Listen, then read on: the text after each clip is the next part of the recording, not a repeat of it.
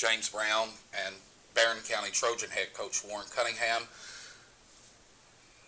Warren, I got a question for you. All right. You guys are the 1 seed in the 15th district. You only had the 1 loss to Warren East. In the second meeting, you opened the district tournament against Allen County Scottsville. Turner's a little bit of a problem. I think the first meeting, he did cause you guys some problems. The second meeting, you guys kind of took care of him pretty handily. What are the keys for you guys to get off to a good start in that first round of the district? I think it's the same thing that it always is. We got to continue to guard well because he is a really good player. He played especially well in the first game, and he's had, I think if you look at their games over the course of the season, he's played better and better as the year's gone on, and is he's a good shooter. He can play off the bounce a little bit. So it always starts, especially with us, with making sure that we guard well and that we rebound. If you do those things, then like put yourself in position to win, and that's where it certainly starts is on the defensive end and making sure that we rebound the ball. And that first district game is always a nail biter, no matter what the quality of the teams are, especially in the 15th. And with Warren East added this year, I'm sure that makes things even more interesting as the season went along. So what are the keys to kind of be successful in just in those games in terms of like getting your guys to maybe not be too uptight? Right. Well, I think you try to approach that game the same as you do the others, but everybody knows it's different. I mean, coaches know that, players know that. But we do talk about throughout the season of trying to approach every game like it's that one. And then when you get to that point, it's not any different because our approach and the way we prepare is not going to be any different. And we try to get that thought over to our guys over the course of the season and say we got to prepare for each one like it's that one. And then when you get there, it's not that big of a difference. It's always going to be a difference. There's going to be some nerves because if you get there and you lose, it's over. Mm-hmm. And with being the 1 seed, there comes some pressure with that. That's just part of it.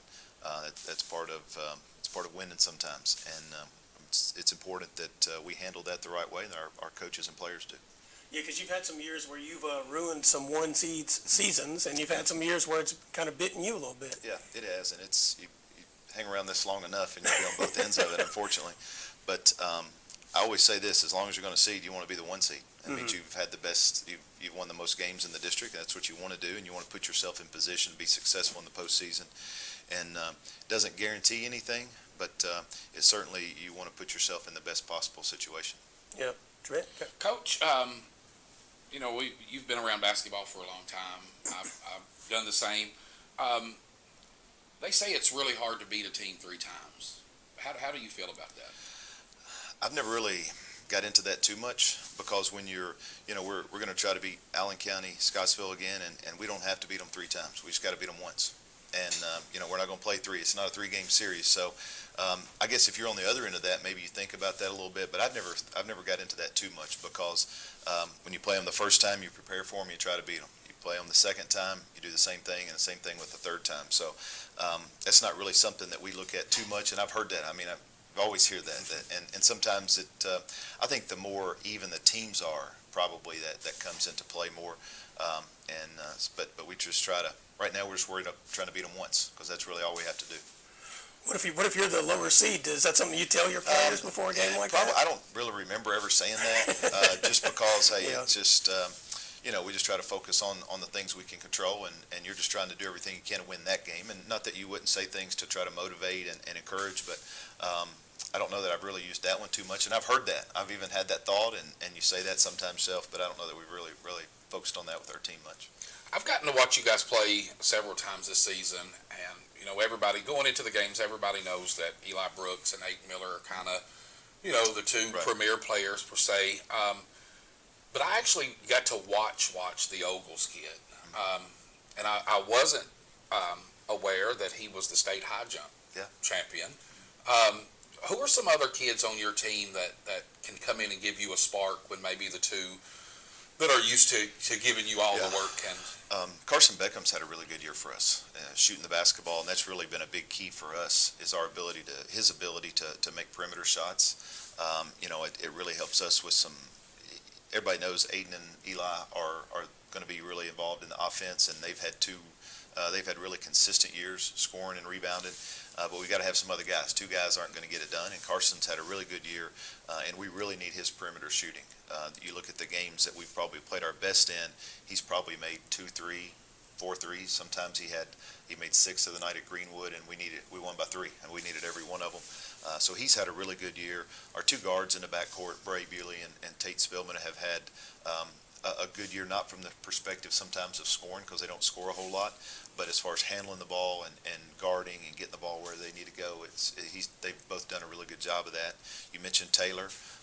It's given us good minutes off the bench, and after that it's been a variety of guys that have helped us in different games, whether it be Mason Bunch or Graham Hall or Connor Stewart, Waylon Clemens, Blaine Watson. We've had a lot of different guys off the bench in different games, depending on matchups and scenarios, as far as giving us some good minutes. Going back to the Eli and Aiden combo there, I mean, they basically have been your 2 leading scorers in just about every game, but I kind of wanted to point out a game that I saw on Monday night when you guys played Bowling Green. And I thought maybe that's the best game Eli Brooks has played all season, because the level of competition was high and it looked like he actually elevated to that level. Do you see him kind of peaking right now at the right time of the year? I think so. And Eli has worked really hard. And like you said, it's probably his best game, especially against a quality opponent like Bowling Green. But he got the ball to the rim, finished, and made a lot of really good plays. But he's having a great year for us, and he's learning. You know, it takes some time to learn, because as we go into the season, all of our guys were in different roles. Mm-hmm. Eli and Aiden both had been very much a complementary role in the past, and they had to take on different roles, and it takes some time to adjust to that. But I think he's playing his best, and I think our team is headed in that direction too. Go ahead. Bowling Green jumped out on you guys 14-0. Mm-hmm. Called timeout. Kind of made some adjustments. 2, actually. Yes. You made some adjustments. I know the outcome wasn't what you wanted it to be, yeah. but playing Bowling Green as good as you played them Monday night, what kind of momentum does that give you going into the district tournament? Well, I think the first thing you have to do against them is compete. You have to compete at a high level to put yourself in any kind of position, and then you have to execute. And I didn't think early on we competed very well, but after we started competing and putting up a little fight, I thought we played well. We scored it. They're really good. And I told our guys after the game, if you know, we don't want to lose and disappoint in the loss, but hopefully that encourages us to see how, because Bowling Green's consistently been the second best team in our region. I mean, they almost had beaten Warren Central last week. So top 10, top 15 team in the state, and you know, we were down 5 with a minute and a half left and had an open 3. So had a really good chance there. But if anything, that should encourage our team to show us how close that we are to being at that level, and you know, hopefully it was something we can build off of. When you get ready for the district tournament, which is in a week and a half, I believe is how it works out. Up on us. Amazing how fast the season is going. When you get ready for it, what are some of the keys beyond just what you have to do in the games and that kind of stuff? But are there things you do in terms of like getting your players physically ready for it, or that kind of stuff, or practice wise? Well, you want to be rested as much as you can at the end of the season, and not practice too much, and or not overdo it, whether it be mentally or physically, because we watch film and we do some things to prepare, but you don't want to do it. It's a fine line there between overload and whether it be watching too much film or talking too much about it, and because you want to be consistent with the way we prepare. But it's also very important that physically that we're as healthy and as fresh as we can be for the end of the season. So I think those are 2 things that as the season winds down, you want to be careful of as a coach, especially with our team, because we have a lot of guys that play a ton of minutes. And so you want to be careful physically not to wear them out, and make sure they're as fresh as they can be for the end of the season. What were your expectations for your team coming into this season? I mean, we wanted to be competitive with everybody that we play. We play a good schedule, and I thought we had the guys to do that, to continue to be one of the better teams in our district, and you know, want to get back to the regional tournament and get there and make some noise, and just continue to be one of the better teams in our region. You know, sometimes we don't really put a lot of as far as number of wins, but I hear our guys talk. They want to win 20 games, and that, you know, wanted to be the 1 seed in the district. So those are some things that one of them we have accomplished, and some other things obviously are still out there to work for. Coach, you've won Coach of the Region, Coach of the Year in the region. Very successful coach. One of the things that I've talked to a lot of the coaches in the area about is discipline. How big is discipline in the program at Barron County?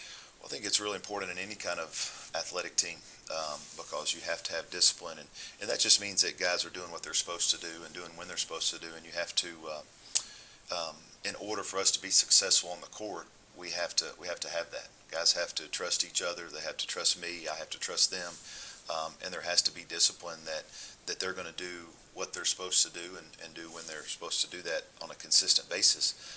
And I think they know that if we do that, that we'll be in a position to be successful. But if you don't have that, then it's gonna bite you often, and it's gonna make it hard, especially the way that we play to win basketball games. We talked about the growth of Eli and Aiden and Carson as seniors in terms of what they do on the court. How much growth have you seen from them as far as leaders? A great deal, especially with Carson's really quiet, but Eli and Aiden both are really vocal, especially during practice. Eli probably talks more in practice than I do, and that's a good thing, So with encouraging guys and just a lot of communication, and I know a couple weeks ago he missed practice one day, and there was a huge difference just with him not being there, with how much quieter practice was. But both of those guys, by the way that they handle themselves, and also with vocally, have been really good leaders. And Carson has too. Carson's just a little bit quieter than those two guys are. Is that some of the growth that you maybe talked to them about at the start of the season, because you lost so many seniors and they were the guys coming back? It always is with seniors, but you just never know who that's going to be. You know, Eli's never been like this in the past as far as being vocal in practice and encouraging others. And you know, you just sometimes it's not always seniors. Sometimes it's maybe juniors or sophomores. You know, we've got 2 sophomore guards, and but you, as a coach, you just never really know who that's going to be until you get into the season. Like, we don't know for sure who it'll be next year when we lose these guys. But you have to have that in order to be successful. How important is it to have those guys on a court? Because I imagine as a coach, you can talk to them until you're blue in the face, but sometimes their teammates are the ones that really need to set the program straight, right? Right, it is, and it's their program, and it's their season, so they've got to take ownership of it, and when they do that, then you can win some games. All right. Thank you for coming in, Coach, and good luck to you for the rest of the season, and especially as the district tournament starts. Thank you guys for Yes, having me. sir. Appreciate it. Yes, sir. All right. Thanks, Warren. Thank you, James.